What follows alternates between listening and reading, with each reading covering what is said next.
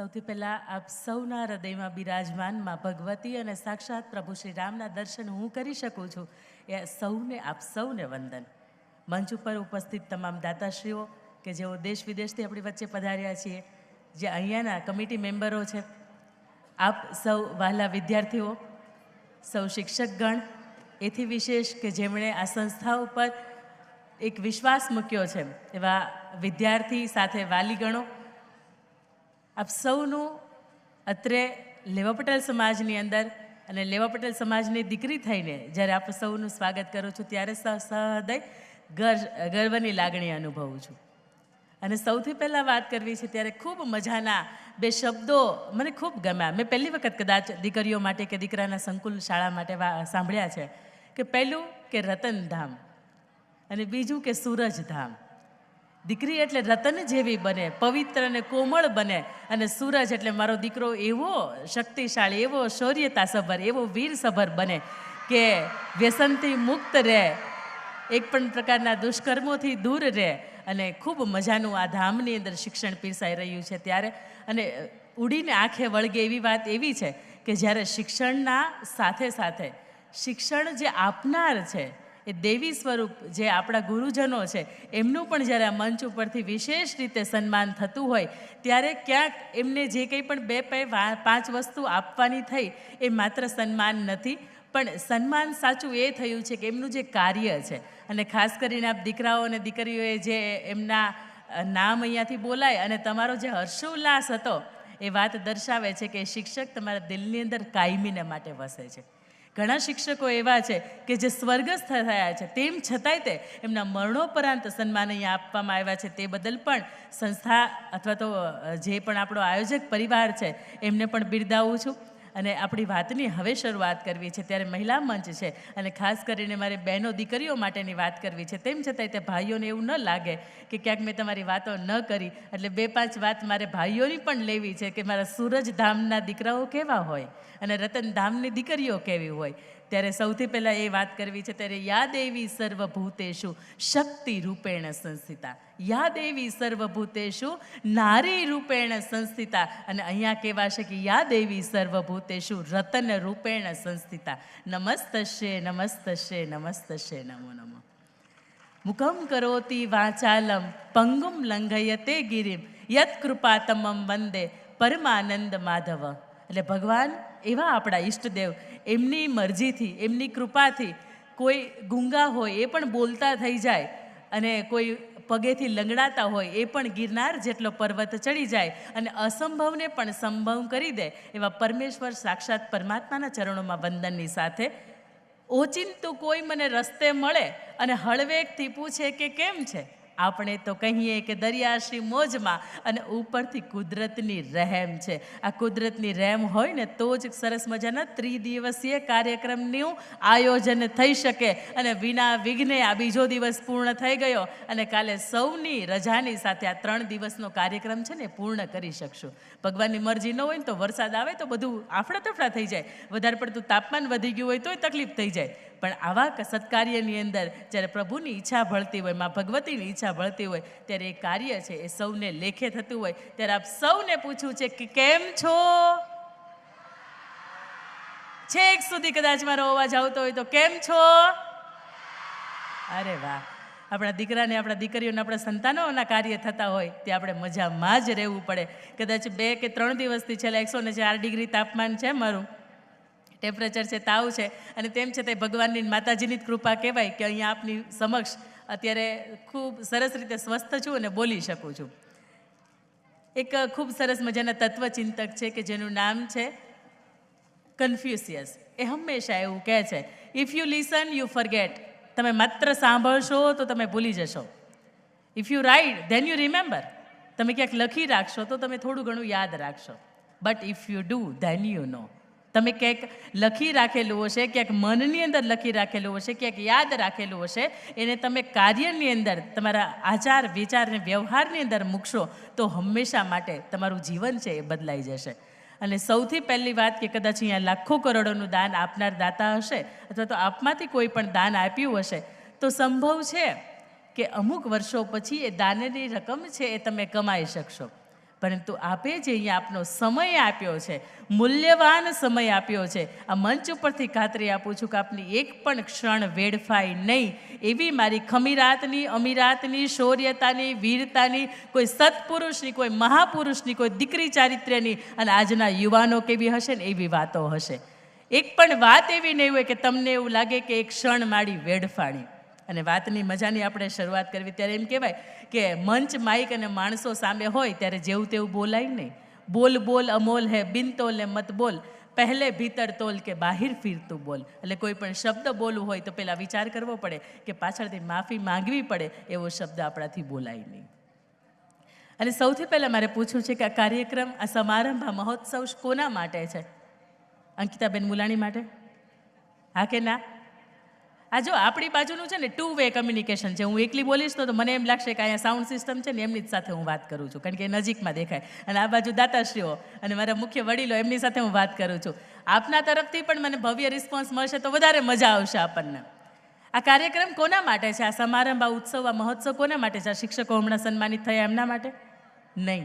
આ કાર્યક્રમ આપણા પોતાના માટે છે. અને એવું સમજીને આપણે સૌ અહીંયા ઉપસ્થિત રહ્યા છો ત્યારે આપ સૌનો જમણો હાથ ઉપર કરો. સૌનો, જે વ્યક્તિ મને સાંભળે છે, ઊભા હોય, બેઠા હોય, ખુરશીમાંથી નીચે ઉતરવાની કે અહીંથી ભાગી જવાની, સભા મંડપ છોડીને જવાની તૈયારી કરતા હોય, બધા જ વ્યક્તિ જમણો હાથ ઉપર કર્યો, એને પાછળ લઈ જાઓ. હવે એને તમારી પીઠ છે ને, પીઠ એને 3 વખત તપતપાવો, 1, 2 અને 3.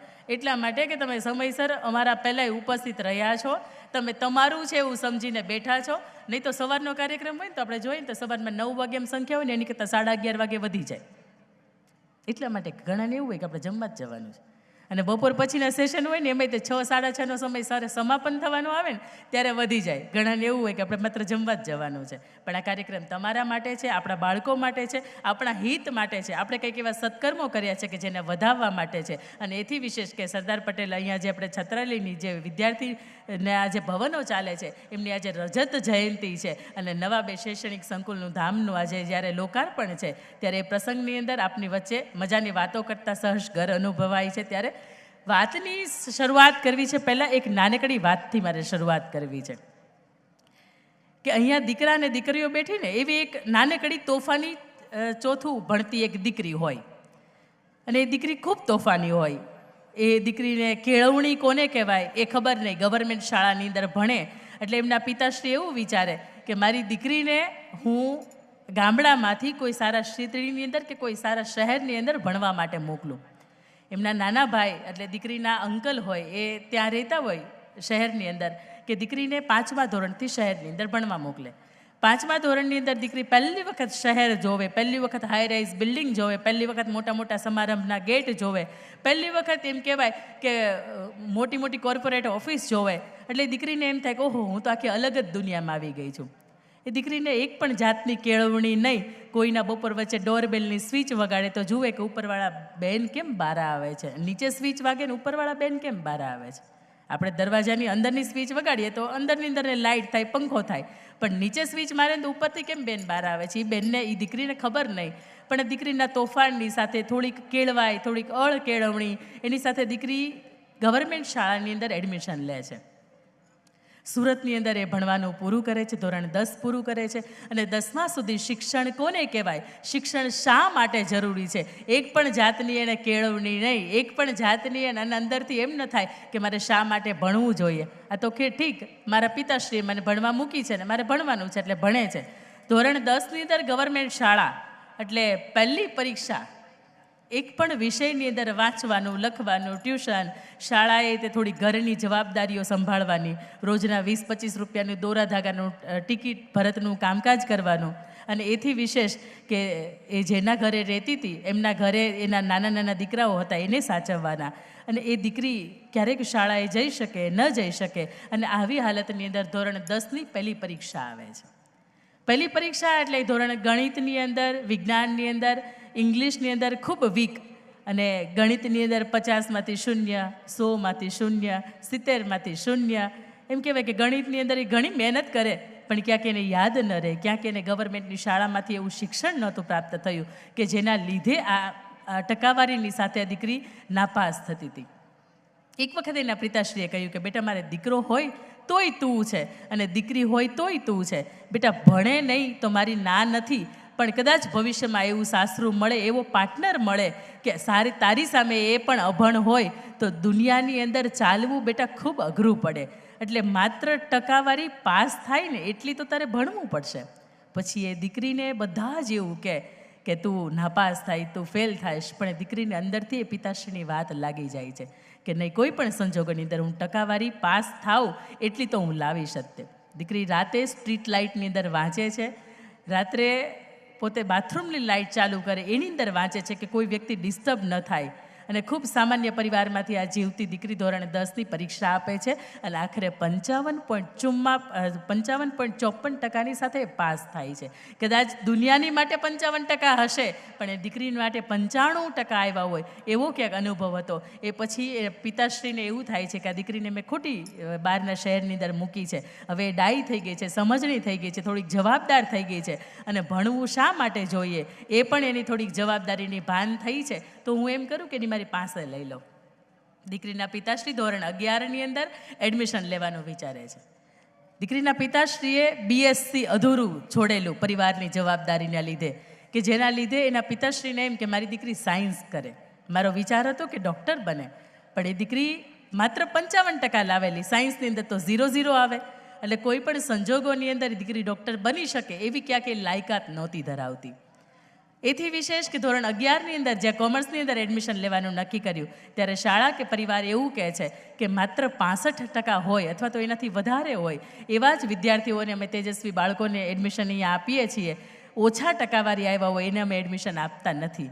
એટલે કે ઘણી લાગવગ કરી, તેમ છતાંય તે એડમિશન ન આપ્યું ને કહ્યું કે તમારી દીકરી છે એ પિત્તળ છે. સોનું હોય તો કોઈના અંગનું આભૂષણ બની શકાય, પણ તું પિત્તળ હોય ને તો એને ખાલી બેડા જ બનવું પડે, એના ઘરના વાસણ જ બનવું પડે.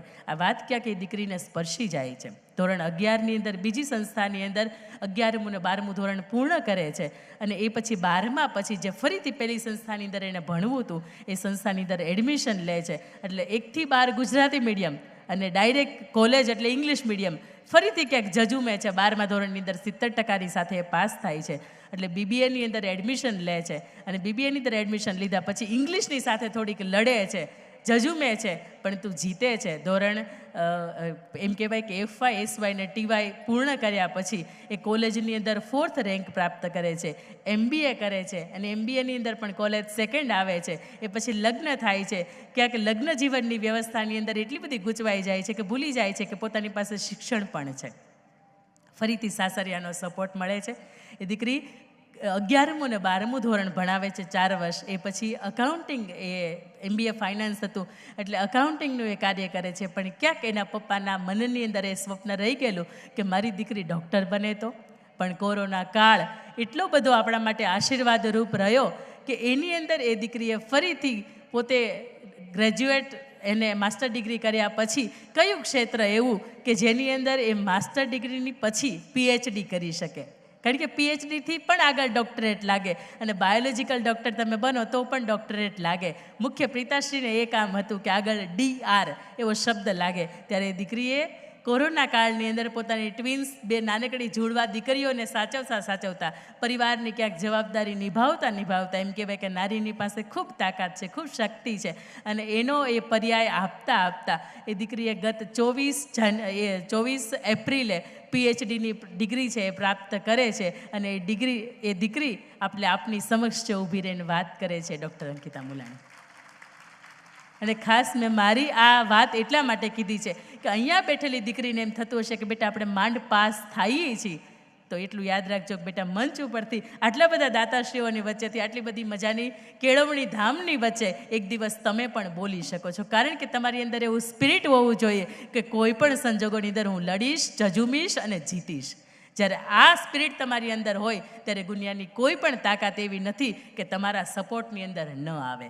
અને બની શકે કે મારી એ નાનકડી વાતથી કોઈના જીવન છે એ બદલવાની કોશિશ થશે. બની શકે કોઈની લાઈફને અહીંયાથી યુટર્ન લાગી શકે. અને જો જીવનની અંદર એવું લાગે કે હું પછાત છું, મારે માંડ પાસ થઈએ એટલા ટકાવારી આવે છે, નહીં આવતા હોય, કારણ કે અમારી વખતે તો કોઈને 95% આવતા જ નહોતા. અત્યારે તમારે 90, 95, 98 સિરીઝમાં રમો છો. બોર્ડની અંદર રીતે અમારે કોલેજની અંદર કે સ્કૂલની અંદર પ્રથમ હોય ને તો એના માંડ બિચારાને 80-85% આવ્યા હોય. પણ અત્યારે ભગવાનની ને શિક્ષકોની મહેરબાની સારી છે કે તમને ટકાવારી સારી આપે છે.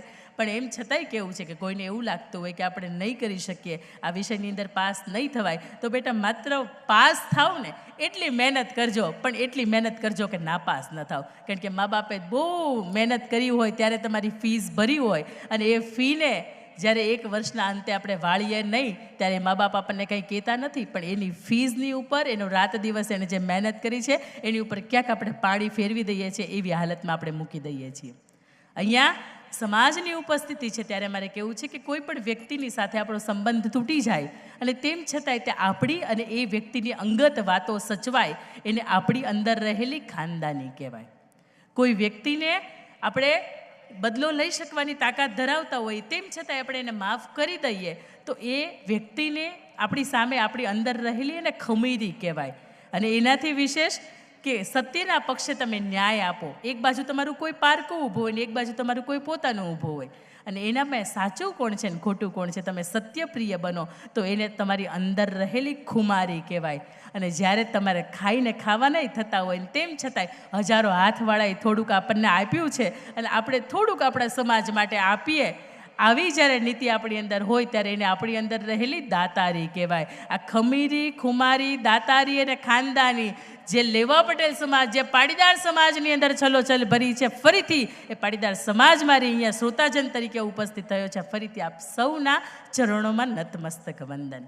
અને વંદનની વાત આવે છે ત્યારે આ મંચ ઉપરથી 6 વ્યક્તિને 7 વ્યક્તિને આજે એકનો ઉમેરો થાય છે મારી ભાષામાં કે 7 વ્યક્તિને વિશેષ વંદન કરવા છે. પહેલાં વંદન હું હંમેશા વ્હાઇટ મિલિટરી ફોજ એવા શબ્દ વાપરું છું કે આપણા પૂજ્ય વડીલો, એમાં બા પણ આવે ને દાદા પણ આવે કે જેમના થકી આપણા સંસ્કારનું સિંચન થયું છે.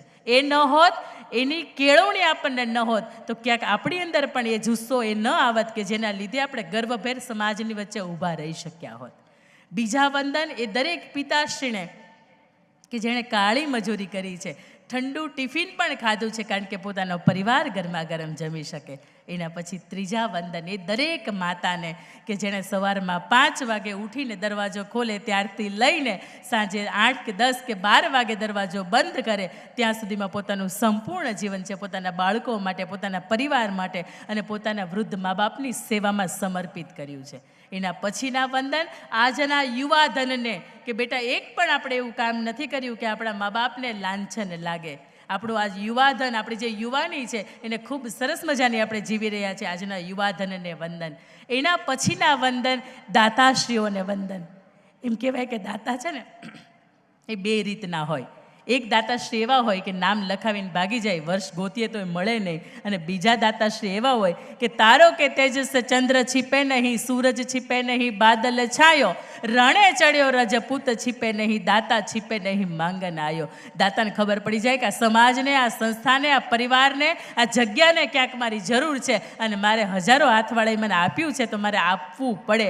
એવા દાતાશ્રીઓ છે એમને પણ નતમસ્તક વંદન. અને એના પછીના વંદન આયોજક સમિતિને. કેટલા સમયથી કદાચ બેન કેન્યાથી ને ભાઈ કેન્યાથી તો હમણાં આવ્યા હશે, પણ અહીંયા જે આયોજન સમિતિ તમારી હશે, જે કાર્યકરો કામ કરી રહ્યા છે, એ દરેક વ્યક્તિ કદાચ છેલ્લા 1-2 મહિનાથી રાત દિવસ સૂતા પણ નહીં હોય અને અહીંયા કામ કરી રહ્યા છે. તેમ છતાં આયોજનની અંદર વિઘ્ન નાખવાવાળા ઘણા એવું કહેતા હોય કે આજ પહેલું ઝુમર ત્યાં ને એ ફિટ કર્યું હોત તો સારું હતું. ઘણા હોય આવું કહેતા હોય, પણ માતાઓ બહેનો અહીંયા બેઠા હશે એને ખબર હશે કે જ્યારે આપણે દૂધ દોઈએ, આપણે ભેંસને કે ગાયને આપણે આંચળ આપણે પકડીને દૂધ દોઈએ, કદાચ દીકરીઓને આ બાબતનો અનુભવ નહીં હોય, પણ માતાઓ બહેનો જ્યારે દૂધ દોવે ત્યારે એની અંદર ઈતડી નામની એક નાની જીવાત હોય. દોવાની શરૂઆત થાય ને ત્યારે ઈતડી નીચે ન આવે, દૂધ આવતું હોય ને એ બાજુ ન આવે, એ ઉપર જતી રહે. કેમ ભાઈ? એ દૂધ પીવે તો કંઈ વાંધો, પણ અમુકના જન્મ હોય ને એ જ લોહી પીવા માટે થયા હોય. એટલે આયોજક સમિતિને કદાચ કોઈ કટાક્ષ કરે કે કોઈ એમ કે પાછળનું બોર્ડ નીકળી ગયું હતું, પણ 2 હાથ જોડીને આયોજક સમિતિને વંદન કે 3 દિવસનો આટલો સરસ મજાનો આટલા મેનેજમેન્ટથી કામ કરે છે ને, એ રાત દિવસ ઊંઘી નથી શકતા. ફરીથી એક વખત તાળીઓ મારા માટે નહીં પણ એમના માટે પાડો કે એમના મેનેજમેન્ટ છે ને એમને વંદન છે. અને એના પછીના છેલ્લા વંદન છે કે આજના સારસ્વત મિત્રોને, ભાઈ બહેનોને, આજના શિક્ષકોને વંદન છે કે જેમણે પોતાનું જીવન છે એ ઘસી નાખ્યું છે. હમણાં મેં સાંભળવા મળ્યું કે બેન, નામ મને ભૂલાઈ ગયું, કે 1993થી કાર્યરત છે. મારો તો જન્મય નહોતો થયો એ 1994ની અંદર કે 1993થી સતત એક કાર્યની અંદર, એક સેવાની અંદર, એક સંસ્થાની અંદર તમારે કાર્યશીલ રહેવું, એ પણ ક્યાંક તમારી નીતિમત્તા બતાવે છે. એટલે આવા શિક્ષકો છે એને પણ નતમસ્તક વંદન. અને અહીંયા પાટીદાર સમાજનો ઉપસ્થિતિ છે ત્યારે આપણે એમ કહેવાય કે પાટીદાર સમાજના લક્ષણો કેવા હોય, એ વ્યક્તિ ઉપરથી આપણે કેવી રીતે ઓળખી શકીએ કે પાટીદાર સમાજમાંથી આવે છે. ત્યારે એક લીટી મારે બોલવાની છે અને એક લીટી તમારે બોલવાની. ફરીથી મારે તમને ટકોરો મારીને જાગૃત કરવાના છે કે તમે જાગો છો, બપોર વચ્ચે સૂઈ ન જાઓ પ્લીઝ. મારું સુરતથી અહીંયા આવવું વસૂલ થવું જોઈએ. સૌથી પહેલી વાત, સરળ જ્યાં સૌનો સ્વભાવ ઈ પાટીદાર સમાજ. બોલો, સરળ જ્યાં સૌનો સ્વભાવ ઈ પાટીદાર સમાજ. તમારે ઈ પાટીદાર સમાજ આટલું જ બોલવાનું છે, બરોબર? સરળ જ્યાં સૌનો સ્વભાવ, છેતરાય પણ છેતરે નહીં. બધા આની અંદર કદાચ જોડાશે ને તો વધારે મજા આવશે. મોદી સાહેબ બોલવા ઉપર, તાળી પાડવા ઉપર ક્યાંય ટેક્સ નથી મૂક્યો. પ્રામાણિકતા જેની ઓળખ, સંતોષી ને બુદ્ધિશાળી. બહેનો તરફથી બોલે અહીંયા મને કોઈ વાંધો નહીં આવે. અહીંયા કોઈ બેઠા હશો ને એના કાનની અંદર ધાક નહીં પડે. ફરીથી કહું છું કે આપ આની અંદર જોડાવશો તો વધારે મજા આવશે, કારણ કે આપણો જ સમાજ છે ને, આપણે જ વિષયની વિશે વાતો કરવી છે કે આપણા સમાજના લક્ષણો શું છે. પરસ્પર ખૂબ સંપ અને સહકાર, ખાનદાની, ખમીરી, ખુમારી ને દાતારી, જેના લોહીની અંદર છલોછલ, પરસેવો પાડીને જે ખાય, કોઠા સૂઝમાં જેને કોઈ પૂગે નહીં, જેના યુવાનો રાષ્ટ્ર માટે ખપી જાય, જે બોલ્યા પછી ફરે નહીં, જે દિલ ખોલીને દાન આપે, જેની વાણીને વર્તનમાં વજન પડે, જે વડીલોનો પડ્યો બોલ ઝીલે, જે સમાજની વિરુદ્ધ કદી જાય નહીં, જેની સ્ત્રી કદી મર્યાદા ન ઓળંગે અને જેના પુરુષ કદી વ્યસનથી નાતો તોડે, ઈ પાટીદાર સમાજ. આપને ગર્વ નથી થતો કે પાટીદાર સમાજ સાંભળવા વાળો નથી બેઠો? આ ગર્વની વાત છે. અને દાન અલગારીએ, તખતદાન રોહડિયાએ લખ્યું છે કે કણબીની જાત એટલે કોણ? ખેડૂતના પુત્ર એટલે કે કોણ? કે ઝાંઝવાના જળની પાછળ પડે નહીં, ઈ કણબીની જાત. અને કલ્પનાને ઘોડે ચડે નહીં, ઈ કણબીની જાત. પોતાની મહેનતના પરિસવાનું બનાવીને અમૃત, આખી જિંદગીમાં કોઈ દી કોઈને નડે નહીં, ઈ કણબીની જાત. એક વખત તમારા માટે તાલી પાડો તો. મને એવું લાગે તમે સૂતા છો, મજા નથી આવતી? હા કે ના? હા, મજા આવે છે ને? તો આપણે ચાલુ રાખીએ, નકર આપણો નેક્સ્ટ કાર્યક્રમ ચાલુ કરીએ આપણે પાછો બીજો. હા, તો વાંધો નહીં. અને ખાસ હવે દીકરીઓ માટે વાત ઉપર જવું છે ત્યારે મહાપુરુષોએ ખૂબ મજાની વાત કરી છે કે કદાચ આ દેશનો, આ સમાજનો, આ હિન્દુસ્તાનનો પુરુષ પોતાનો માર્ગ ભૂલશે તો ચાલશે, હજી ચાલશે, આ સમાજ એને ચલાવી લેશે. પણ આ દેશની વિરાંગના, આ દેશની સ્ત્રી કદી જો એની મર્યાદા ચૂકી તો કદાચ હિન્દુસ્તાનનો નકશો છે ને એ પણ ભૂસાઈ જશે. એટલે દીકરીઓ માટે મારે ખાસ કહેવું છે કે બેટા, તમે થોડા ઘણા પૈસા ગુમાવો છો તો તમે કંઈ નથી ગુમાવ્યું. તમે થોડું ઘણું સ્વાસ્થ્ય ગુમાવો છો તો તમે થોડુંક એવું કંઈક ગુમાવ્યું છે. પણ જ્યારે બેટા તમે દીકરીઓ તમે તમારું ચરિત્ર ગુમાવો છો ત્યારે યાદ રાખજો કે તમે સર્વસ્વ ગુમાવ્યું છે. બે ત્રણ નારી શક્તિની મારે વાતો કરવી છે કે એવી કઈ નારી શક્તિ કે જેના જીવનની અંદર અખૂટ એણે સંઘર્ષ કર્યો છે, તેમ છતાંય તે આપણી સમક્ષ આજે હસતા મુખે અને ખૂબ સારી એવી સત્તા લઈને ઊભી છે. સૌથી પહેલી વાત કે આજે દેશના 15મા રાષ્ટ્રપતિ તરીકે ચૂંટાઈને આવેલા દ્રૌપદી મુર્મુજી, એની મારે વાત કરવી છે કે સૌથી પહેલા એવા વ્યક્તિ કે જે રાજ્યપાલ તરીકે, ઝારખંડના રાજ્યપાલ તરીકે પણ 6 વર્ષ હતા, આદિવાસી સમાજના મહિલા હતા, અને એ પછી રાષ્ટ્રપતિ તરીકે પણ જ્યારે એ આવ્યા, પોખાયા, નરેન્દ્ર મોદી સાહેબે જ્યારે નામ ડિક્લેર કર્યું ત્યારે આપણે ચહેરો જોઈને એવું લાગ્યું હતું કે આ બેન છે શું કરી શકશે. પણ એને ક્યારેય પાછળનું એનું હિસ્ટ્રી છે એ ક્યારેય જાણવાની પ્રયત્ન કર્યો ખરા? આવો પધારો. એની મારે વાત કરવી છે કે ત્યારે એના પિતાજી સરપંચ હતા અને જ્યારે એણે નોકરીની શરૂઆત કરી ત્યારે એક ક્લર્ક તરીકે નોકરીની શરૂઆત કરી હતી. એમના ખૂબ નાની ઉંમરની અંદર લગ્ન થયા અને ખૂબ નાની જ ઉંમરમાં પતિનું મૃત્યુ થયું અને 3 સંતાનોની અસ્થિ છે એને પોતે કાંધ આપી હતી. અત્યારે માત્ર એક દીકરી છે એની સાથે પોતે રહે છે. અને એનાથી વિશેષ મારે વાત કરવી છે કે ત્યારે તેમ છતાંય તે એ સ્ત્રી એક પણ જાતના ડિપ્રેશનની અંદર નથી જતી. અને એ સ્ત્રી આજે હસતા મુખે દેશના નિર્માણના રાષ્ટ્રપતિ તરીકે ખૂબ મજાના કામ કરી રહી છે. ક્યાંક આપણે આપણા જીવનની અંદર આવી મુશ્કેલીઓનો સામનો કરવો પડે તો દ્રૌપદી મુર્મુજી શીખવે છે કે જીવનની અંદર ક્યારે હારવું નહીં, ક્યારે થાકવું નહીં, ક્યારે ડિપ્રેશનમાં ન જવું. એના પછીની બીજી એવી સ્ત્રી કે એનું નામ કદાચ તમને ખબર હશે અને ન ખબર હોય તો હું અંતે કહીશ. એવી સ્ત્રી કે જે એવા ગામની અંદર, મહારાષ્ટ્રના એવા ગામની અંદર જન્મે છે કે જ્યાં લાઇટ પણ નથી, જે ગામની અંદર રસ્તા પણ નથી. અને એ દીકરી થોડીક મોટી થાય એટલે હજી તો 12 વર્ષની હોય અને ત્યાં એના પિતાશ્રી છે હવાલદાર હોય પોતે.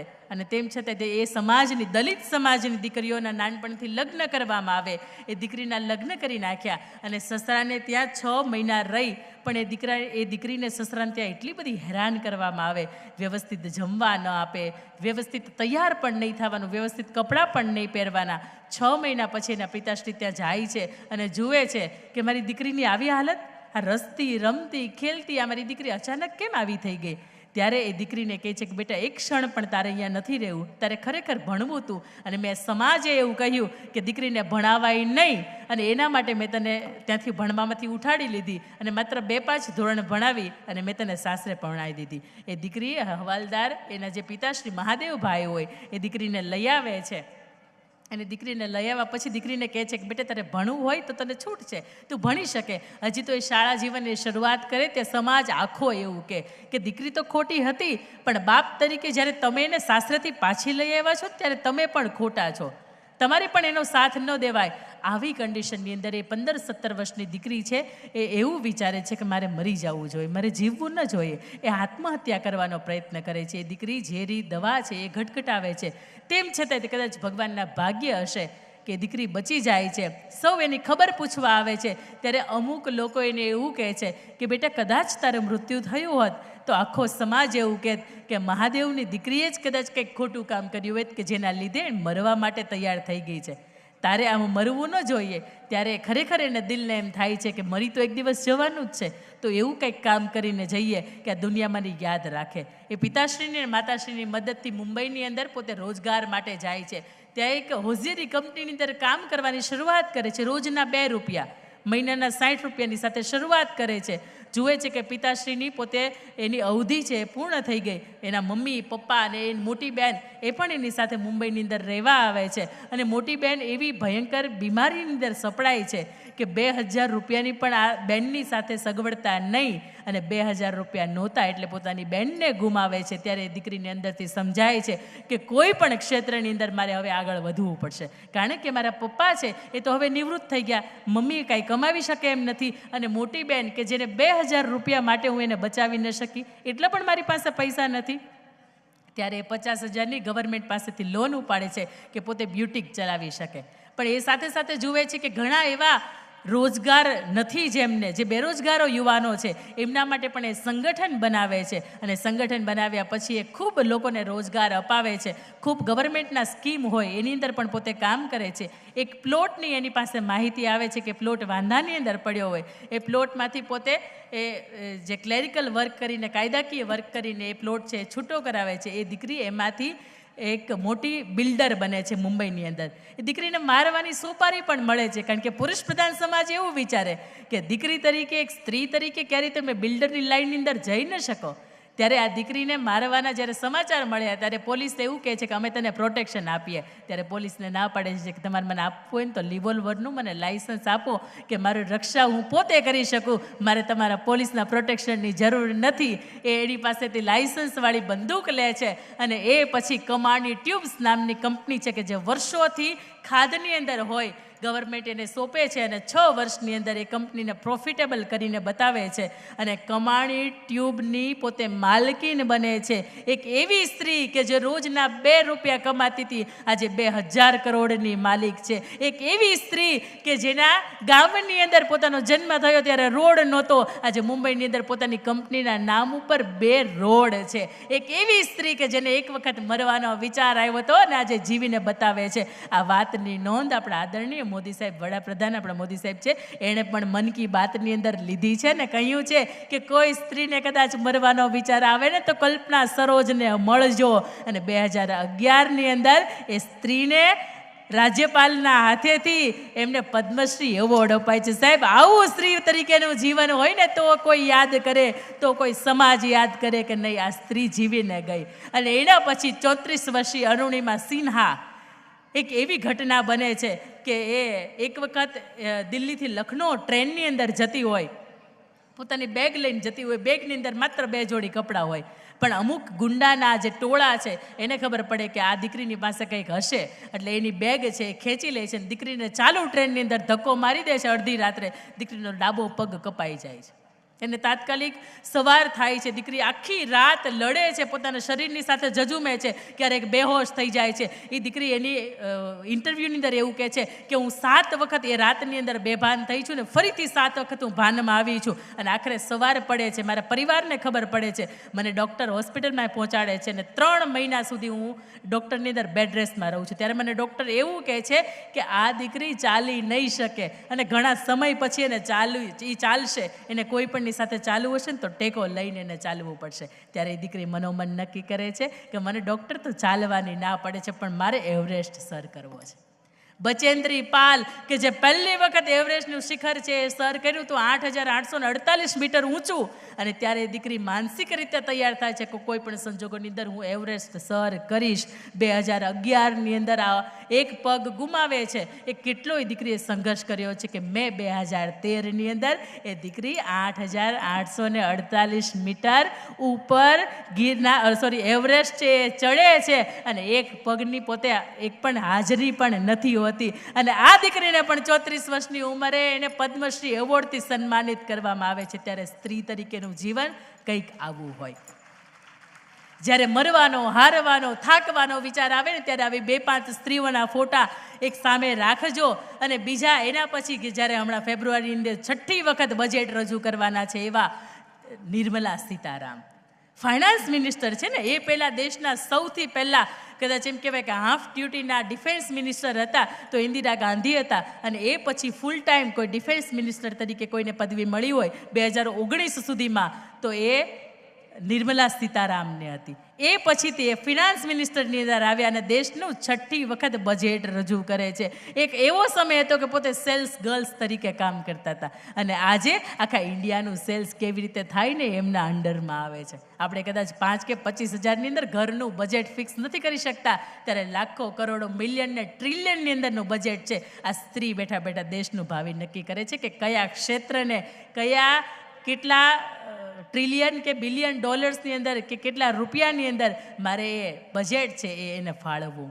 આવી 4-5 નહીં પણ એમ કહેવાય કે હજારો આવી સ્ત્રીઓ છે, હજારો આવી વિરાંગનાઓ છે કે જેના નામ ઉપર આપણને ગર્વ થાય અને સ્ત્રી તરીકે જીવવાનું મન થાય અને ભગવાનને રોજ ઉપકાર કહેવાનું મન થાય કે ભગવાન તારો ખૂબ ખૂબ આભાર કે તે મને જીવન આપ્યું છે, મનુષ્ય જીવન, એમાંય તે શ્રેષ્ઠ મને તે સ્ત્રીનું સર્જનહાર તરીકેનું જીવન આપ્યું છે. અને ખાસ અહીંયા દીકરીઓ બેઠી છે ને ત્યારે મારે એમ કહેવું છે કે કદાચ કોઈ સ્ત્રીને પૂછવામાં આવે કે તું કોણ છે, ત્યારે આ દીકરીઓએ જે બહેનો બેઠા હતા ને એણે સવારમાં અત્યારે હમણાં થોડીક વાર પહેલાં એક ગીત ગાયું એની અંદર કહ્યું હતું કે શક્તિ પણ છું ને ભક્તિ પણ છું. એ સ્ત્રીને પૂછવામાં આવે કે તું કોણ છો ત્યારે સ્ત્રી એવું કહેતી હોય, શક્તિશાળી વિરાંગના સ્ત્રી એવું કહેતી હોય કે મને શક્તિ કહો કે ભક્તિ, હું બંને રૂપે ધારદાર છું.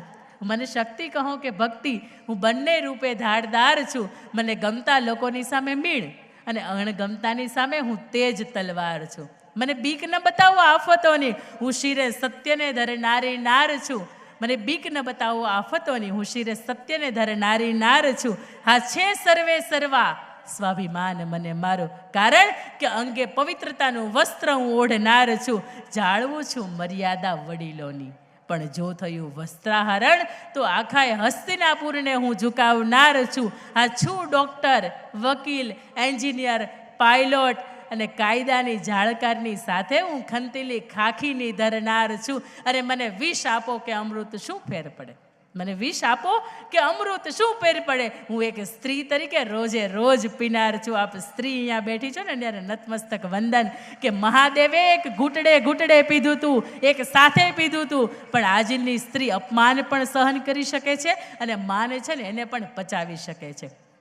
ત્યારે અહીંયા દીકરી બેઠી છે ને ત્યારે એમના ચરિત્રને ઉજાળતી મારે 2-5 વાતો કહેવી છે. અને શક્ય એટલો મેં તમને કહ્યું એમ કે કંટાળો નહીં આવવા દઉં, અને આવતો હોય એને આપણે મજાનું વિશાળ પટાંગણ છે અને કોઈ તમને ના નહીં પાડે, કદાચ જવાની છૂટ, તમને એવું લાગતું હોય કે આપણા વિરુદ્ધની વાતો થાય છે, આમાં આપણને કાંઈ ફાયદો નહીં થાય, આવી વાત તમને લાગતી હોય તો અહીંથી જવાની તમને પણ, કદાચ દીકરાઓને એમ થતું હોય કે આપણા કામની વાતો નથી તો એમને પણ છૂટ છે.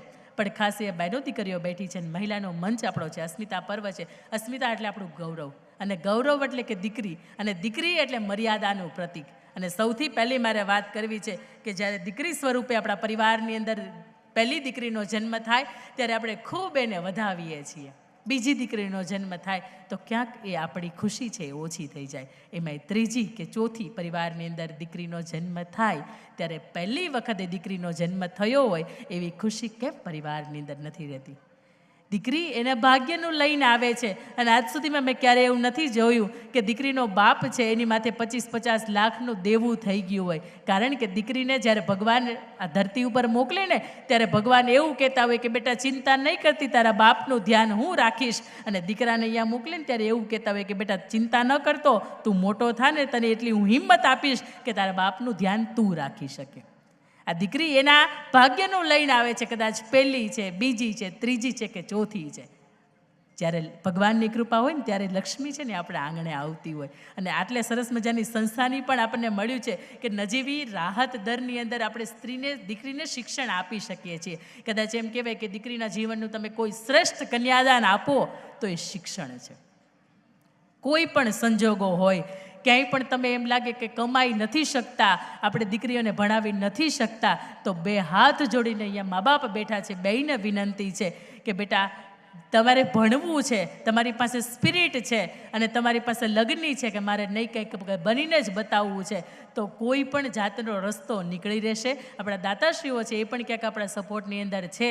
આ સંસ્થાની અંદર એટલી સરસ મજાની સુવિધાઓ મળે છે કે આપણે દીકરીઓને વિના સંકોચ અને પૂર્ણ સેફટીની સાથે આપણે દીકરી છે એને ભણાવી શકીએ. એટલે શ્રેષ્ઠ દીકરીના જીવનની અંદર કોઈ કન્યાદાન કરવાનું વિચારતા હોય તો 5-25 લાખ રૂપિયા આપ્યા હશે તો એક સમયે પૂર્ણ થઈ જશે. પણ દીકરીને જ્યારે તમે સર્ટિફિકેટ આપ્યું હશે, દીકરીને તમે શિક્ષણ આપ્યું હશે, ત્યારે આખા વિશ્વની અંદર એ જ્યાં પણ જશે ત્યારે પોતાની કાંડાની કમાણી ઉપર એ એટલી કમાણી પ્રાપ્ત કરી શકશે કે આજીવન તમારે ચિંતા નથી. આજીવન કદાચ એની સાથે કોઈ છે કે નથી જરૂરિયાત નહીં પડે, કારણ કે એની સાથે શિક્ષણ છે. અને શિક્ષણ ધામની અંદર મા બાપને ખાસ વિનંતી કરવી છે કે તમે ભણાવી ન શકતા હોય તો ક્યાંક તમારી યાદ મજબૂરી છે કોકને રજૂ કરજો, પણ ખાસ દીકરીઓ અને ખાસ દીકરાઓને તમે શિક્ષણ વિહિત ન રાખતા, કારણ કે શિક્ષણને એમનો અધિકાર છે. અને ક્યાંક આપણે શિક્ષણ એ જેટલું ભણવું હોય એટલું દીકરી ભણે એવું આપણે સંકલ્પના આજે એક સોગંદ લઈએ. એના પછી મારે વાત કરવી છે ત્યારે કે એક દીકરી છે,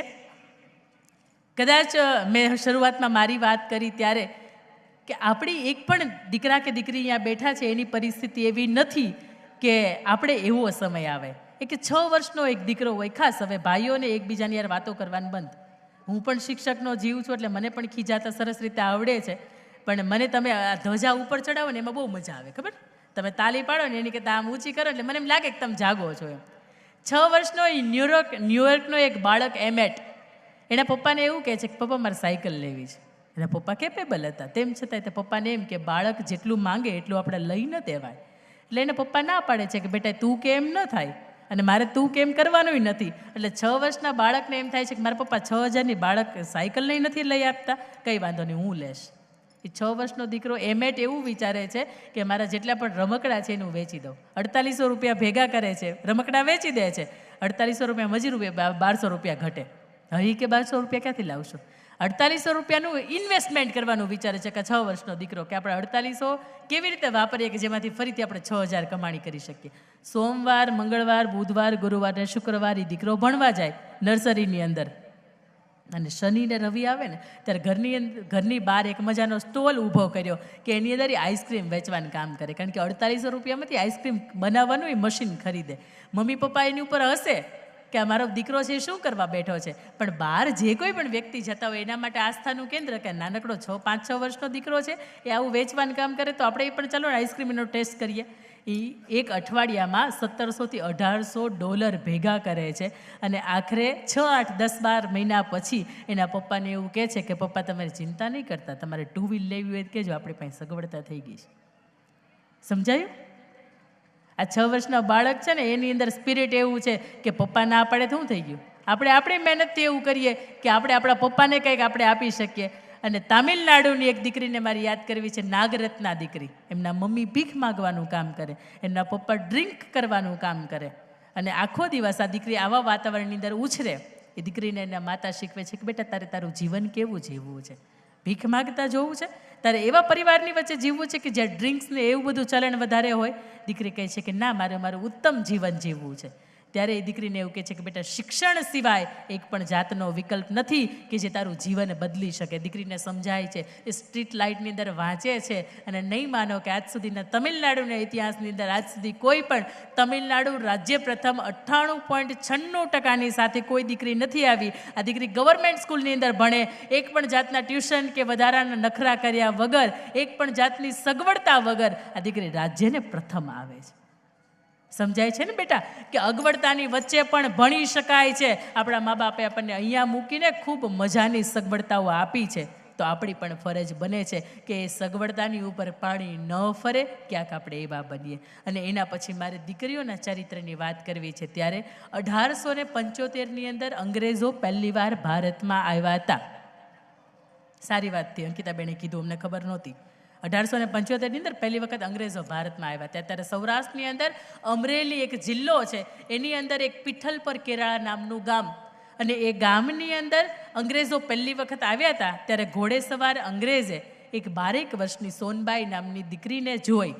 દીકરી રૂપનો અંબાર, અને ભગવાને ખૂબ નવરાશના સમયની અંદર એને ઘડેલી કે દીકરીને જોઈને પેલો અંગ્રેજ અધિકારીને એમ થાય કે આ દીકરી સાથે મારે લગ્ન કરવા છે. આ દીકરીની ઉપર એ મોહિત થઈ ગયો, એટલે નીચે ઉતરીને દીકરીનું ખાલી આમ કરી આમ બાવડું પકડ્યું. એણે બાવડું પકડ્યું એટલે પેલી દીકરીનો મગજ હટી ગયો, મગજનો જે એનો પારો હતો આસમાન ઉપર પહોંચી ગયો, અને મગજ માથાની ઉપર એણે એક ગોળી મૂકી હતી. ગોળી એટલે એક પિત્તળનું વાસણ કે જેની અંદર 10, 15 કે 20 લીટર કે 5 લીટર જેટલું પાણી સમાઈ શકે. નદીએથી જ્યારે ઘરે ભરવાનું હોય ત્યારે કે 15 લીટરની ગોળી હતી. પેલો અંગ્રેજ અધિકારી એને ફરફરતી મારી, પેલો અંગ્રેજ અધિકારી બેહોશ થઈ ગયો.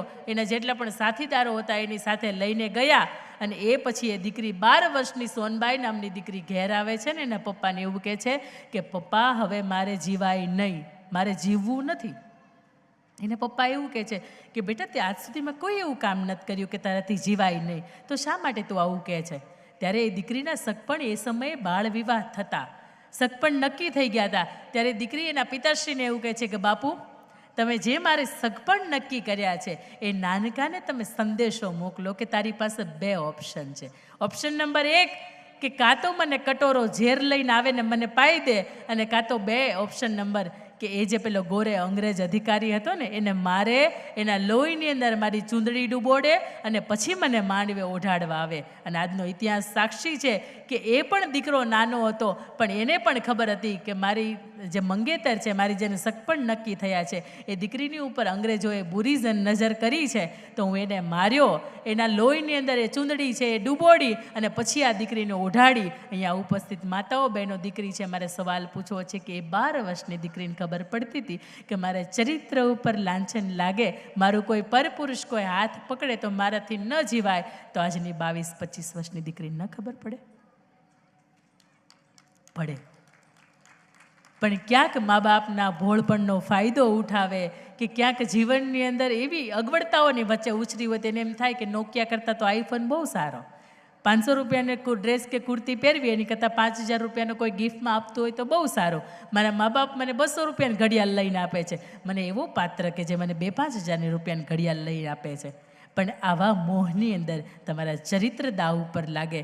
ખાસ દીકરીઓને મારે ખાસ કહેવું છે કે બેટા એવું એક પણ કામ ન કરતા કે મા બાપની ઇજ્જતને તમે નેવે મૂકીને ચાલ્યા જાઓ. અને અહીંયા માતાઓ બહેનો બેઠી છે ને, ત્યારે એમના લગ્નની અંદર એક મજાનું ગીત વાગ્યું હશે. ઢોલીડા તો ઢબક્યા લાડી ચાલો આપણે ઘેર રે. અને ત્યારે દીકરી સાસરે જતી હોય ને એવું કહેતી હોય કે ઊભા રહ્યો તો માંગું મારા દાદા પાસે શીખ રે. ત્યારે 22-24 વર્ષની દીકરી સાસરે જતી હોય તો એમને હું શીખની જરૂર પડતી હશે? એ દીકરી એટલી બધી અણસમજ હશે, માતાઓ બહેનો સવાલ પૂછવો ત્યારે.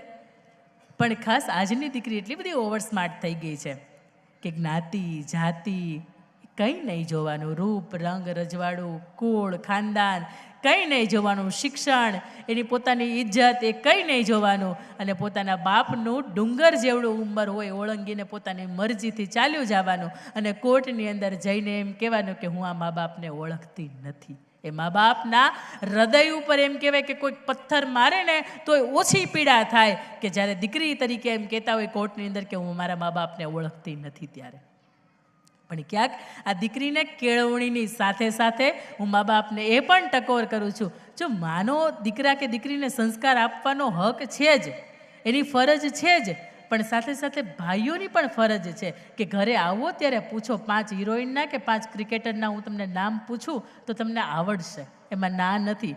પણ હું એમ પૂછું કે તમારા દીકરાના સમાજ વિદ્યામાં છેલ્લી પરીક્ષામાં કેટલા માર્ક્સ આવ્યા હતા, તો ત્યાં ક્યાંક આપણે પાછા પડીએ છીએ. હમણાં IPL ગઈ, હમણાં જે ક્રિકેટ ગઈ તેમાં વિરાટ કોહલીએ કેટલા રનની અંદર મેચ કર્યા હતા કે કયો એને કિતાબ મળ્યો હતો, તો આપણે બધાને ખબર હશે. પણ તો આપણા દીકરાને આપણી દીકરી વિશે ક્યાંક આપણે પૂછતા ભૂલી જઈએ છીએ.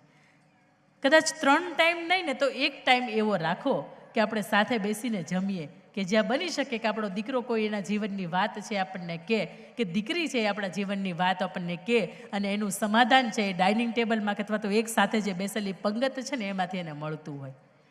પણ આજનો એમ કહેવાય કે આજની સ્ત્રી છે ને એ ફેશનમાં વ્યસ્ત છે, આજનો પુરુષ છે ને એ વ્યસનમાં વ્યસ્ત છે.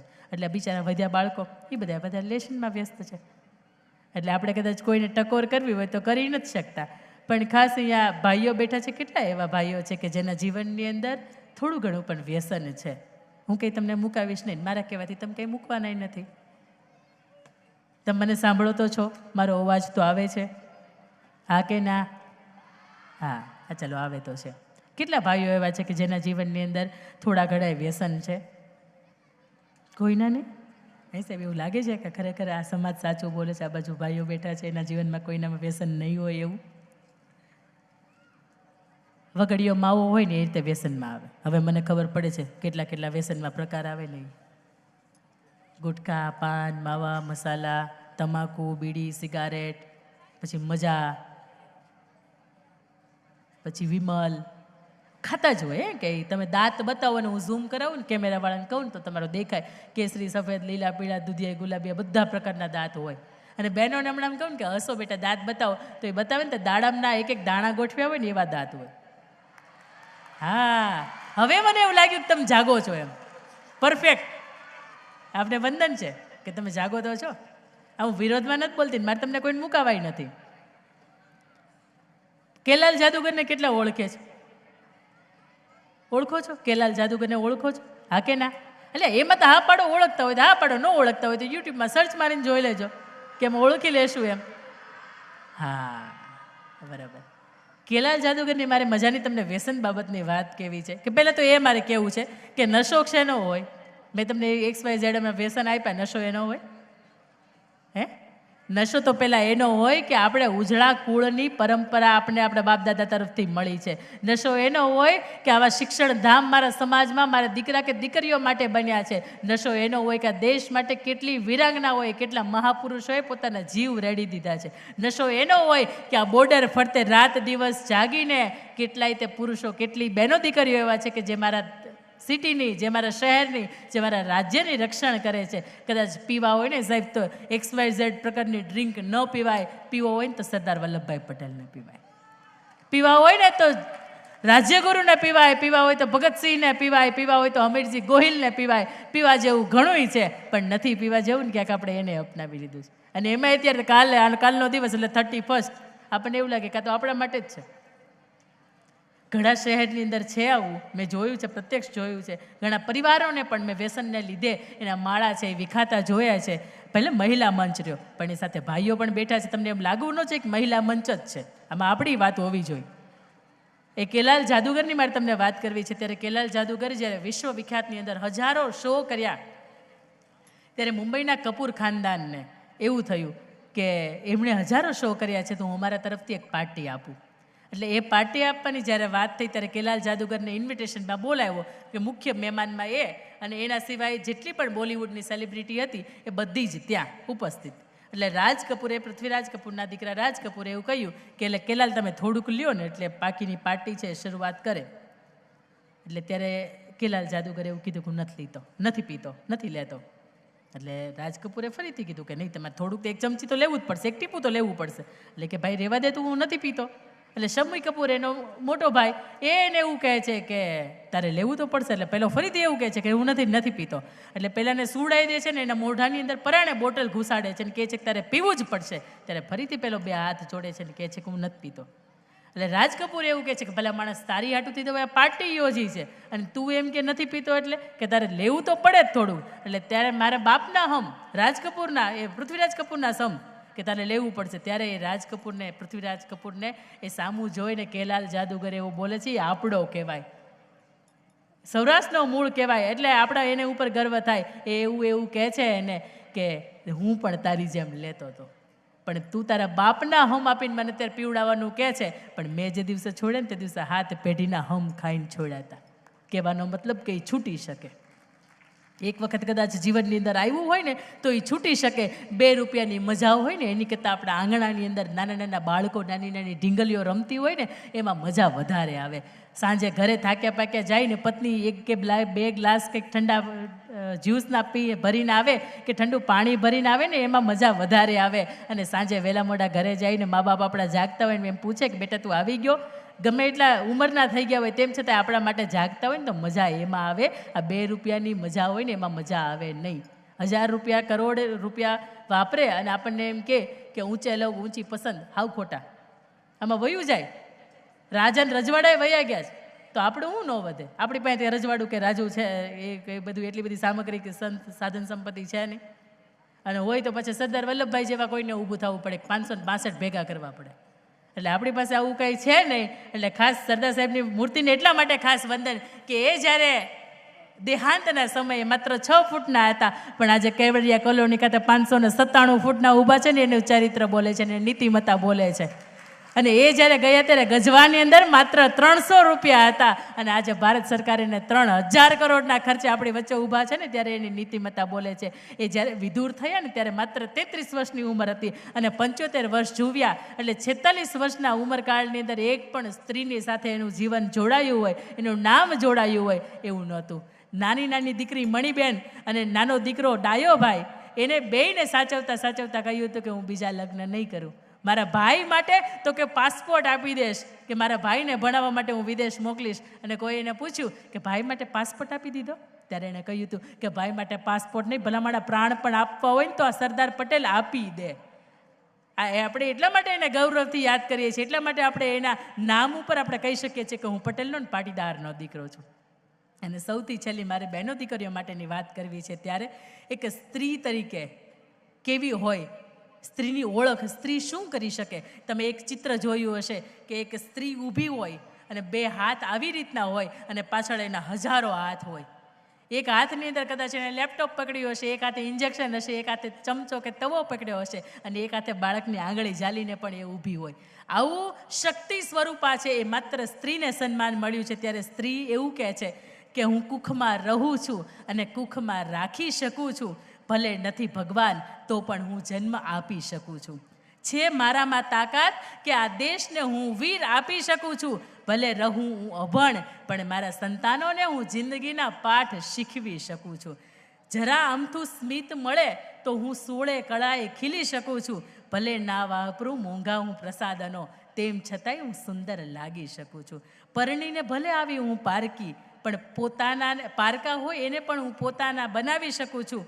નથી થવું મારે પુરુષની સમોવડું, પણ મંદિરમાં હું પેલી આજે પૂજાઈ શકું છું. આપણે રાધા કૃષ્ણ સીતારામ એવો શબ્દ બોલીએ છીએ, કારણ કે ત્યાં પણ આપણે સ્ત્રી છે ને એને આગળ કરી છે. એ ખાસ એટલા માટે કે સ્ત્રીના જીવનની અંદર અહીંયા વાત થતી તે બેણે કહ્યું હતું કે સીતાજીના જીવનની અંદર અનેક જાતની મુશ્કેલી પડી હતી. દીકરીને ખૂબ મોટા મહેલ જોઈને આપ્યા હતા અને તેમ છતાંય તે મુશ્કેલીઓનો સામનો કરતાં જ્યારે સીતાજી જમીનની અંદર ગર્ભની અંદર ઉતર્યા ત્યારે એણે 2 હાથ જોડીને શ્રી રામ પ્રભુ ભગવાનને એવું કહ્યું હતું કે ત્વમેવ ભર્તા નચ વિપ્રયોગ, કે જન્મો જન્મ મળો તો માત્ર તમે જ મારા પતિ થઈને મળો. આવું જીવન હોય ને તો પુરુષને હોંકારો હોય કે નહીં, મારી પત્ની મળી છે, મારી અર્ધાંગના મળી છે ને તો આવી મળી છે. મહારાણા પ્રતાપ કે જ્યારે ચહેરો એનો ઝાંખો પડે અને 2 હાથની પોતાને તલવાર હોય ને ચેતક ઘોડો લઈને ચાલ્યા આવતા હોય ત્યારે એમના પત્ની અજબદે પવાર જોવે ને તો એને એવું કે મહારાણા થાકી ગયા હોય ને તો આ 2 તલવાર મને આપી દો, ચેતક ઘોડો મને આપી દો, આજે પણ મેવાડને પાછીથી બેઠું કરવાની તાકાત મારી અંદર છે. આવા હોંકારા હોય ને ત્યારે પુરુષને એમ થાય કે જીવનની કોઈ પણ પરિસ્થિતિ આવશે પણ મારી પત્ની, મારી અર્ધાંગને મારો સાથ નહીં છોડે. એક પત્ની તરીકે આવું જો દાંપત્ય જીવન હોય ને તો ખરેખર મા બાપે આપેલા સંસ્કારો છે ને એ આપણે ઉજળા કરી બતાવ્યા કહેવાય. અને સૌથી છેલ્લી વાત મારે લેવી છે ત્યારે કે દુનિયાની અંદર એક સ્ત્રી તરીકે ઘણી વખત હારતી હોય, ઘણી વખત થાકતી હોય. એને મેં હમણાં વાત કરી હતી એમ કે કલ્પના સરોજ એને વિચાર આવ્યો હતો કે મારે ન જીવવું જોઈએ. આવી સ્ત્રી, હજારો સ્ત્રી સાંજ સુધીમાં દુનિયાના અપમાનથી કે ઘર પરિવારના ત્રાસથી કે ક્યાંક અમુક ઉંમરે સંતાનોને ન રાખે છે એના પણ ત્રાસથી સદ્ધર કુટુંબ છે એની વાત નથી. પણ તેમ છતાંય તે દુનિયાના લાંછનથી સ્ત્રી એવું નક્કી કરે છે કે મારે જીવવું નથી. કદાચ ભગવાનની દયાથી મને એક પ્રેરણા થઈ છે કે હું છું વિરાંગના, આવું અભિયાન હું ચલાવું છું કે જે અભિયાનની અંતર્ગત એક પણ જાતનું ડોનેશન કે એવું કંઈ હોતું નથી, પણ માત્ર સ્ત્રી તરીકે એક સ્ત્રીના જીવનની અંદર એક સ્પિરિટ ભરું છું કે કોઈ પણ સંજોગોની અંદર આપણે જીવવું પડશે. આપણું જીવન છે એ કોઈને અર્પણ કરવું પડશે. એક સ્ત્રી તરીકે જ્યારે સ્ત્રીની દુશ્મન હોય એ વાતને હું અહીંયા ખોટી સાબિત કરું છું. અને આપ જેટલી પણ બહેનો મને સાંભળો છો, જેટલી પણ દીકરીઓ સાંભળો છો, આપ સૌને વિનંતી કે આપ આપની જગ્યાએ ઊભા થાઓ. ક્યારનો તમને આશકારો થાય કે કોઈ માંડ ઊભા કર્યા. જેટલી પણ બહેનો દીકરીઓ મને સાંભળે છે, મંચસ્થ મહેમાનો કદાચ આની અંદર જોડાય તો સૌભાગ્યની વાત છે. બહેનો દીકરીઓને જ્યાં મને સાંભળે છે, જેટલા પણ સ્ત્રી પાત્ર છે મને સાંભળે છે, દરેક વ્યક્તિ પોતાની જગ્યાએ ઊભા થાય. પોતાની પાસે ફોન છે, જેમની પાસે ફોન છે એની ફ્લેશ લાઇટ ચાલુ કરો. એની મજાની આપણે ફ્લેશ લાઇટ ચાલુ કરીએ. ચાલો. નહીં, ભાઈઓને નહીં. તમે સક્ષમ છો ને, આ શક્તિઓની અંદર બળ તો તમે પૂરો છો, પણ ક્યાંક તોય અમારી શક્તિઓ હારે છે કે અમારે જીવવું નથી, આવો વિચાર આવે છે. જેટલા બહેનોની પાસે મોબાઈલ છે એની ફ્લેશ લાઇટ ચાલુ કરો. જમણો હાથની અંદર ફોન ને જમણો હાથને ઉપર લઈ જાઓ. 1.5 મિનિટ માટે હવે તમારે આવી રીતને ઊભું રહેવાનું છે. હું બોલીશ નહીં, તમારે સામે બોલવાનું છે. અને મહેરબાની ફરીથી પ્લીઝ મારો સાથ આપજો. અને હવે આ ભાઈઓ માટેનું નથી, ખાલી બહેનો માટેનું છે. અને મહિલા મંચ તો જ સાર્થક કહેવાશે કે હું જેટલી એ મોટા અવાજથી બોલું છું ને તો સામે તમે મોટા અવાજથી મને પ્રતિકાર આપો. તમારો ડાબો હાથ છે હૃદય ઉપર, ડાબો હાથ હૃદય ઉપર થોડીક વ્યવસ્થા કરી દેશો. હાથમાં ન હોય ને તો તમારી પાસે ફ્લેગ છે, ઝંડા છે ને, હા ઉઠાવો. આપણી પાસે કંઈક હોવું જોઈએ. હા, ખાલો હાથ ઉકામીને રાખવો જોઈએ. વાહ, તમને અહીંથી નહીં દેખાય કે આ દ્રશ્ય કેવું લાગે છે, પણ અહીંથી મહાનુભાવોને અહીંયા મંચસ્થ મહેમાનોને ખબર છે કે આ દ્રશ્ય કેવું લાગે. સાક્ષાત એમ કહેવાય ને કે 16 કળાએ જગદંબા ધરતી ઉપર આપણા નોંધ લેવા માટે માં ખોડિયાર આવી હોય, માં ઉમિયા માતા આવ્યા હોય, એવો કંઈક દેખાતું હોય. ત્યારે મારે એક મજાનો સંકલ્પ અને એક સોગંદ લેવડાવવો છે તમારી પાસેથી. હું જે શબ્દ બોલું એ મોટા અવાજથી આખા ભુજને ખબર પડે એટલા મોટા અવાજથી આપે આપની જગ્યાએ બોલવાનો છે.